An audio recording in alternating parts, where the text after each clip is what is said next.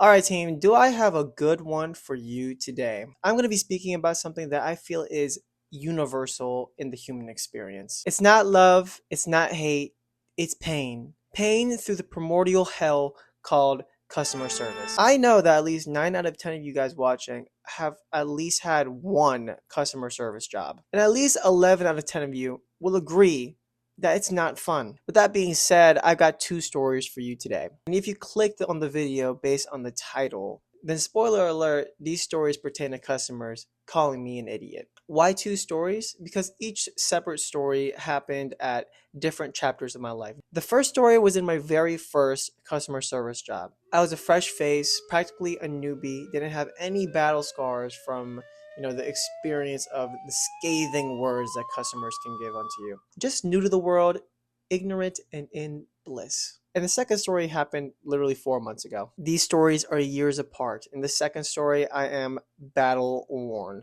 I've got bruises, I've got calluses, I've got scar tissue that will never, ever fully heal. So all that being said, grab some popcorn, grab some snacks, get somewhere cozy. If you're sitting on the toilet, then wear some fuzzy socks because we're about to get comfortable as I tell you two stories of customers testing the absolute limits of what humans can achieve when it comes to patience. And while you're doing that, please consider leaving a like. It'll help me out a ton. And it'll also let me know that my stories of pain and anguish are at least entertaining to some people on the internet. Right, so with the first story, I was fresh off the printing press, okay? My first ever job in customer service was actually my second job in general. And I was ecstatic for my second job, even though it was customer service, because to me, I didn't really know what I was stepping into. For some context, my first ever job before the customer service job, I was a sanitation expert for a highly recognizable and critically acclaimed restaurant chain. AKA, I was a dishwasher, and I did not like it. I hated it. The only saving grace that I had was that my best friend was working there at the same time as a cook. But other than that, I hated it. Like the work environment, first of all, was so toxic. All these people were crazy. I remember I had a guy there that was like a huge advocate and believer for aliens existing. One day I made fun of him and he was drinking that day, like on the job, and he wanted to fight me. Like that's how crazy this was. Like this is a 30-year-old man. He's a father of two baby mamas, and he's trying to fight someone who was in high school at the time, like a junior. Crazy environment. And then on top of that, I was always smelly, dirty, damp. Ugh, I cringe at the thought of like looking back at it. But what that job gave me was resilience. Okay, if I could make it through the damn dishwasher area of that restaurant, I can make it anywhere. And so when I heard that I had the opportunity to be clean and to be pristine and in like, white collar clothing, I jumped at the chance. Okay. I had an in for this job. And this job, I don't want to like slander it or anything. I'm not slandering the company I worked for. Okay. I'm more like just expressing the negative experience of like the field, the sector of customer service within that company. Okay. And I gotta be really careful here because this company is low key like the mob if you talk bad about it. So I say this with love and respect, but I worked for Publix. That was my customer service job. So Publix, don't send anybody out to get my kneecaps. I enjoyed some things, but this was like the negative part of working at customer service in Publix. I thought I would be perfect for it. Okay. And for a little bit, I was. Okay. I was like, for the first 6 months, I was really good at customer service. I figured looking back into my track record, okay, like all the time, I was so talkative every year in school. It started ever since elementary school. I was always getting in trouble because I loved talking to my classmates. I knew I was a talkative guy. I knew I was very expressive and I can make people laugh. I was in musical theater in high school, okay? That tells you things. Now, I wasn't the type to be singing Applebee's, okay? I wasn't singing Hamilton in the Walmart parking lot. Anyways, I had a preconceived idea that customer service was the thing for me. Okay, like I would thrive in it. I actually got employee of the month on around my 4th to 5th month in because I was good, man. I was really good. I knew how to like make people stop in their tracks and think. Okay, because I noticed what was around me. I noticed the other cashiers, like the other people that were like talking that we had, because in Publix we had to like actively talk to customers. Okay, there was a 10-foot radius rule. If customers are within 10 feet of us, we actually have to stop them in their tracks. Thank you for stopping in. I appreciate you so much. We're here to help.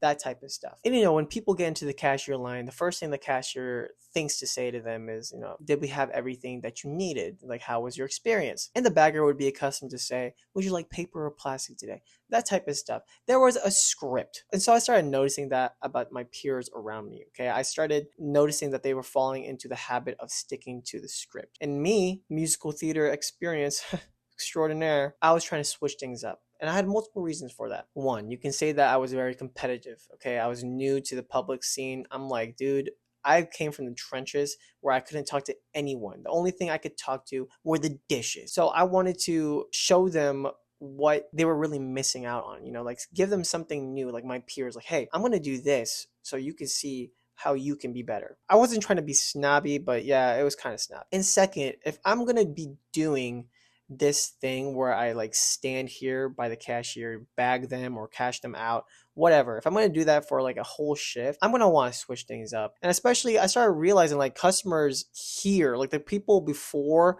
the one that you're cashing out, right? So there's a person you're cashing out and then there's someone waiting behind them. They hear what you're saying to the first guy ahead of them. They're going to realize like, oh, this is just a script. And so with those reasons in mind, I started looking for ways, like actively looking for ways to switch up the script, like just scramble it all together. In fact, I started getting off script and I was really good at it. I remember I was watching this YouTube video. I forgot who the creator was. This is like a long time ago, by the way. To be precise, like 6 to 8 years. Damn, I sound like an onk. But remember, I was fresh out of high school here. So I'm like 18 at this time. But I remember watching this guy, right? What he had to say in this particular video, changed my life. It changed the way I approached people at the time in customer service. He said in this video, the one thing you can ask people to just like totally have them stop in their tracks was to ask them, what made you smile today? That's so simple, but brilliant. I'm going to try it out. And for sure, the very next day, I'm not trying to glaze on this, but people were like gushing. It didn't matter what type of person they were, like the characteristics that they had. If you had someone that was reserved, someone that was outgoing, it didn't matter. They would always be like, whoa, I've never been asked that before. And so I was using this question a lot to shake things up, give them something to think about, man. It also gave me something to listen to. I would hear some really interesting stuff. It helped me navigate through the maze of all the potential things you could say in a conversation. And so with that, my reputation around my peers grew and grew. People started recognizing, and especially managers, they started recognizing the effort that I was putting in. And they were liking the method. So shout out to that one guy on YouTube. I appreciate you so much. If you're watching this, small chances you are, but if you are, thank you. Because with that, I eventually got Employee of the Month. I remember calling my mom and be like, hey, you're talking to someone famous right now, mom. But that's where it all crumbled, okay? Because at this point, I was in customer service for long enough for me to have interacted with just about any type of person. And that meant the bad.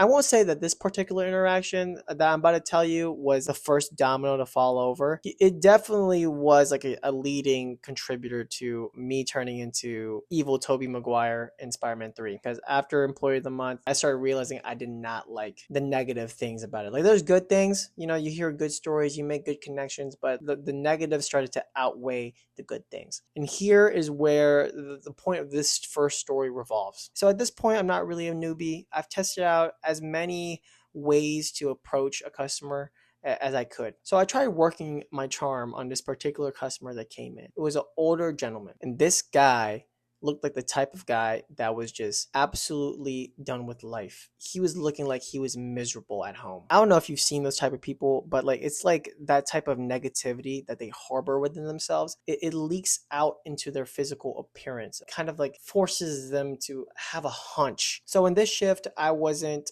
cashiering, I was bagging. So I'm in charge of putting all his groceries together, right? So I'm asking him, hey, would you like paper or plastic? Because that's what one of the first questions that you ask. He gives me straight attitude off rip. He's like, what do you think? What do you think I want? Look at my groceries, pal. I'll also say with Publix, this is when I started realizing like how mad I could get. Because I was having a chill day before this. I was pleasant, I was easygoing, but then this interaction, he gave me this to work with immediately. You know that meme where it's like the smiling face and then it's like a mask and behind it it's just actually like someone like freaking pissed off. That was me. It was like a quick flash of that. And it kind of scared me when that happened. Not gonna lie. I saw red. So I was like, okay, sir, you're absolutely right. I'll put it in paper for you. And so the cashier I was working with, they were the homie at the time. They must have seen this interaction and was like, I'm not gonna put myself in front of this. So they were quiet for the most of this. So I took over and was like, okay, well, I don't want this to be quiet. I want to like uphold my image of always interacting and engaging a customer, right? Because that's what I always was. I was always the first in line to handle someone that a lot of the other people wouldn't want to handle. And this guy was definitely one of it. This was a special grade customer. So I took over the conversation. I'm trying to ask him about his day, I'm trying to get conversation going, but he is not having it. I think I was dealing with like some jars or something like that. Paper bags at Publix are tall. I'm not going to overload them, but the reason we switched to paper bags is so we can save on plastic. So I'm not just going to use 1,000 paper bags to put one jar in each bag. You know what I mean? And he's just like, what are you doing? What are you doing? I'm like, what am I doing? What am I doing, sir? You're right. What am I doing? He's like, don't you know that these are heavy? These are expensive. Okay. I don't want these breaking. Double bag them. I'm like, dude, I've already filled up the paper bag. What do you want me to do now? In order for me to double bag them, you have to put one bag in another and then you can open it up. Hopefully there's a demonstration I can find and I'll put it up on the screen. But all that to say is once a bag is filled up, partially even, it's hard for me to double bag things. So as a customer, here's some etiquette that you can practice when you go to Publix next time. When you want to double bag something, make sure that you tell them that right away so that they don't have to worry about jamming an already partially filled bag into another bag. That's really is really difficult. Publix employees, I got you. But do you got me though? Leave a like. At this point, he's just belittling me. And I'm like seeing red more and more. And I start feeling something in my chest that I like never felt before this experience. I'm still trying to be compliant. I double bag it. I'm struggling, okay? Because like I said, it's kind of difficult putting a bag that's already full onto an empty bag when it comes to paper. So I'm just trying to do my best. He's watching me struggle. He's not having any sympathy at all. And then he says it, okay? I think something snapped within him. He says something that almost made me snap. It almost made me say things that probably would have gotten me in trouble that day. He asks me, do you know how to do your job? Are you dumb? I'm telling you guys. He was not about to be able to take home his groceries that day. That's all I gotta say. At this point, someone higher up than me in the chain of command stepped in. Because I think he started seeing how berated this customer was getting, and also how I was starting to like turn into a volcano of emotion right now. I was about to blow up on. I think I actually laughed. Okay, I chuckled when he said that. Like, are you stupid? Like, do you know what you're doing? I chuckled. Okay, I came off as crazy at that moment. I think someone had to step in because they knew that I was about to say something or I was about to blow up. So yeah, that was the first time I ever experienced something that was so blatantly rude. It's sad to say, but that's not the only time. But before I get to the next story, here's what I learned from this. Because how am I to be a mindset and self-improvement channel if I don't tell you what I learned from such a negative experience? Okay, this isn't just a story time. This is also class time. Get your notebooks out. What I learned from the experience at the time. This isn't me talking about what I learned looking at it nowadays, because this is years ago. What I learned after I calmed down, like later that day, heavily relies on what I valued at that time. I'm not saying I completely dropped these values from what I had like 6 years ago. It's what I prioritize more compared to how I prioritize things now. Back then, since I was new to customer service, I was prioritizing the company that I was trying to impress. I was trying to climb the ranks and get away from my dishwashing past. I dropped dishwashing. I'm like, okay, I'm trying to be CEO of Publix. That's how I felt. So I prioritized the image of the company. I prioritized upholding their name and being respectful. I prioritized professionalism and representation. And that took a lot of restraint with me because I knew that there's managers back there at the wall watching all the cashiers and stuff, like all the people come in. Even apart from them, I was just trying to be like a Boy Scout for the company. But apart from all that, later that day, I was telling my mom about this interaction. And she's always leaving me golden nuggets of advice. She said to me that it sounded like he was miserable even before this interaction, even before I incorrectly double bagged his stuff. He must have had a miserable day heading into Publix, and he had a miserable day afterwards, and he had a miserable day the next day, and the day after that. Basically, she was telling me this guy just sounds like he's miserable outright. And she told me this that has stuck with me to this day. She just said, at the end of the day, there's always going to be people that are just miserable. Don't let them infect you and make you miserable with them, because they're miserable for a reason, but you aren't. Don't let them change you because of them or what they do to you. Have dignity, have humility, because these people don't have that. They just want to make everyone else feel miserable too. What's a life like that? How do you live life like that? So what I learned and strengthened that day was my professionalism, my humility, my dignity, how I uphold myself in the name of a company and how I represent it, my values for that, and just like understanding that you don't have to be miserable with other people that are miserable. That's what I learned that day. And I carry all of that with me to this day. And the reason why I had to bring a second story, a second interaction into this video is because I feel like I learned something else entirely in this one. So on to the second story. So now fast forward to the future, to last year in the fall. I believe it's the fall. I'm no longer working for Publix because, spoiler alert, I ended up hating that job. Publix don't send anybody to get my kneecaps. And it's been a long time since I worked at Publix, so this is now my fourth job, okay? I had a job in between Publix and the job that I'm working at currently, because this is my current job where this story is happening. I work for the Postal Service now, okay? I totally separated from customer service because I'm a mailman. I deliver the mail, I'm driving the vehicle. I rarely really talk to customers unless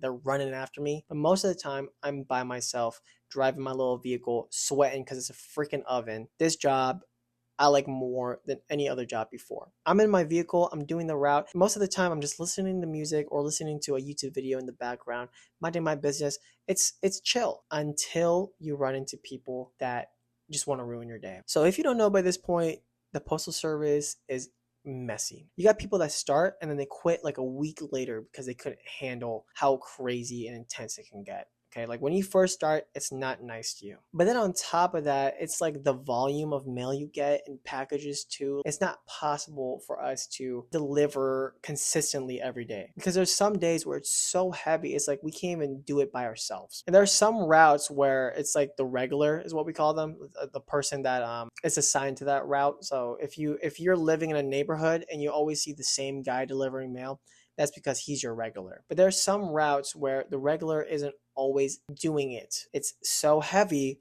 that he has to take off some parts of his route and give it to someone else. Or it can be someone that always uses FMLA and just loves to just like call out of work day in, day out. Basically, there are some routes where it's just not being taken care of. So when that happens, people don't know what's going on behind the scenes. All they know is that they're getting the wrong mail all the time, or that they're not getting mail at all, or they're getting mail really late into the day. It's like inconsistent to them. And so they start getting mad. They go to the office, they're like causing havoc, like my package didn't arrive, like I had important mail I needed to sign for. What's going on? And sometimes these people that live on the route catch a totally fresh person that has never done that route before, and they put all that anger onto them. Because what happens when there's not a regular on the route?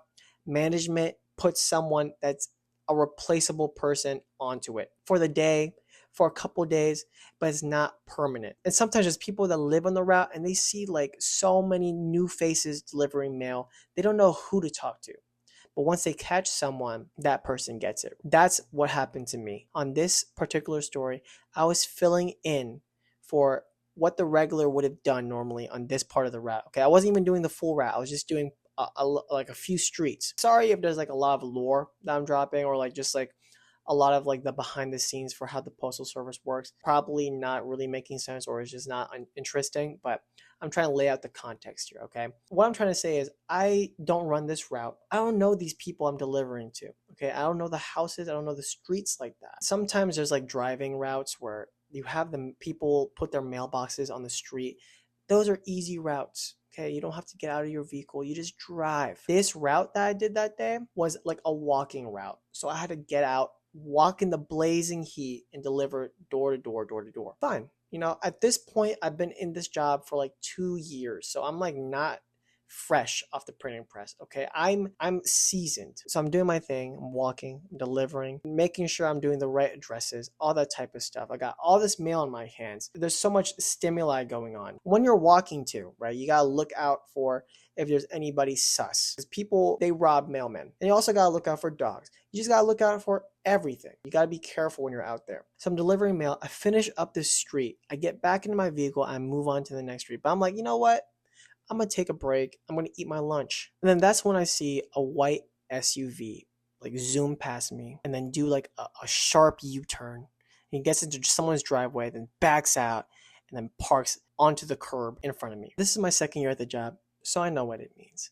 It means that they were looking for me. And it means either one of two things. One, they want to ask me something. Or two, they want to complain. And I got the number two. I got shitted on. I'm in the middle of my lunch. I'm eating. I got yogurt in my mouth. I see this person get out the vehicle and just storm towards me. And I'm like, oh no, here it goes, right? So I rolled out my window. I asked, can I help you with something? Because I'm not dumb. You know, she's obviously here for me. And she goes, you know you missed my outgoing mail, right? I'm like, I did? Because mind you, I make some mistakes here and there. But in my head, I'm just thinking like, oh, I'm pretty sure I would have seen it, but you know what? Maybe I did make the mistake.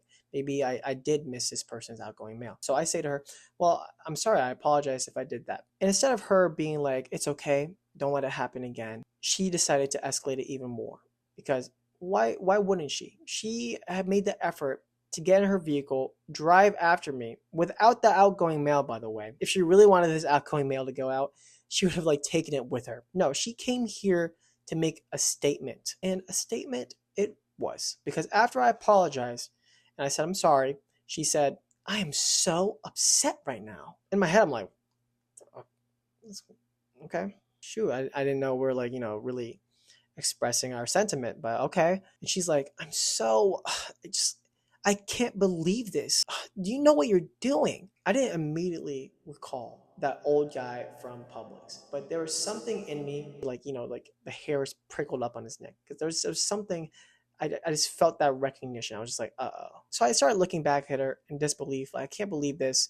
And I started smiling. And I think that's what makes her mad because that's what happened with me. My mindset is like, this is crazy. Like, you ever have something that's just absolutely just like deranged and out of pocket? You can't help but smile at how insane the probability of something like that is happening to you. And then she goes, I am so upset right now. I can't believe you made me feel like this. You don't know what you're doing. You don't know this. You don't know that.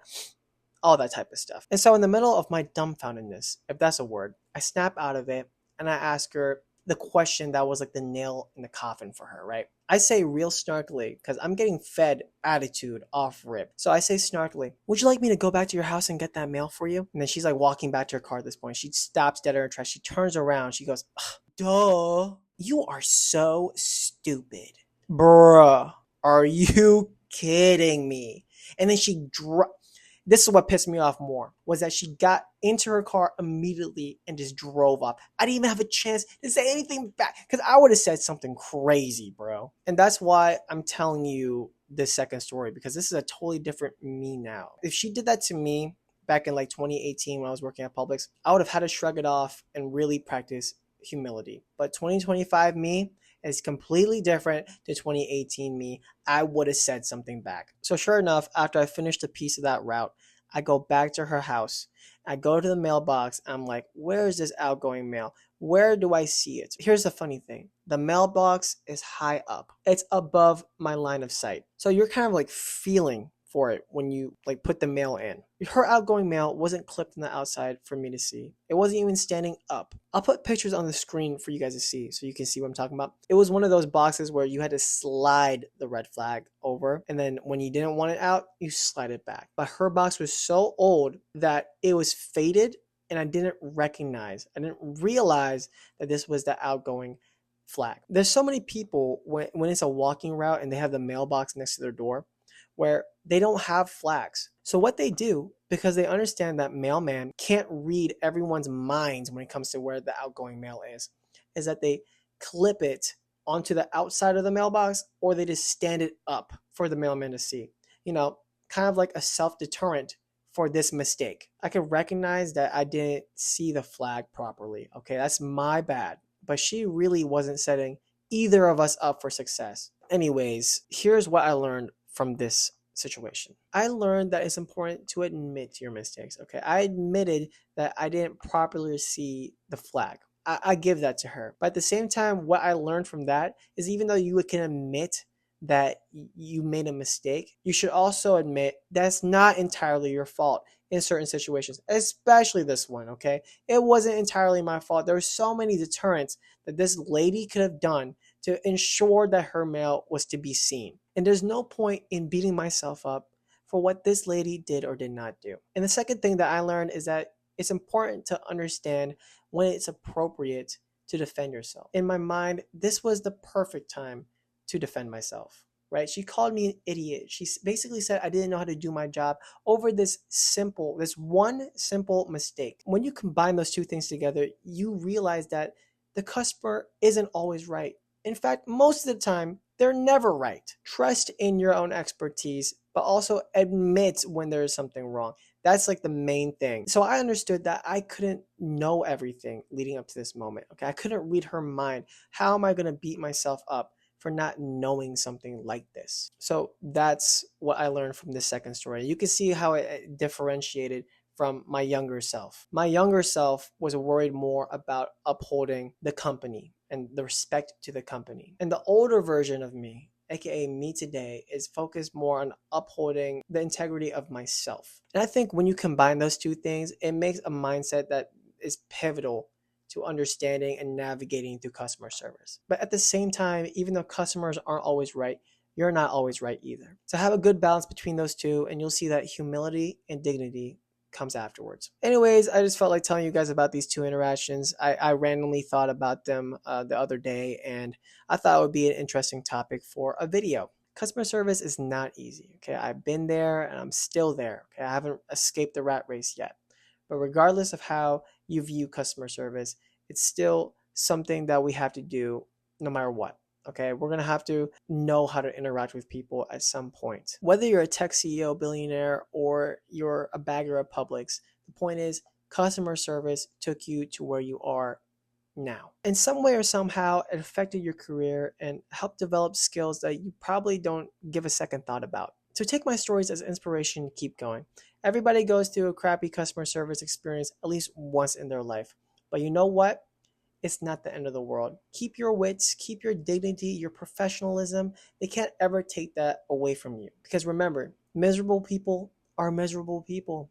Don't let them make you miserable too. Anyways, thank you so much for watching. If you liked what I talked about in this video, make sure to watch this video right here. I make mindset and self-improvement videos every week, so make sure to subscribe and I will see you in another video. It's been oso.human. Bye.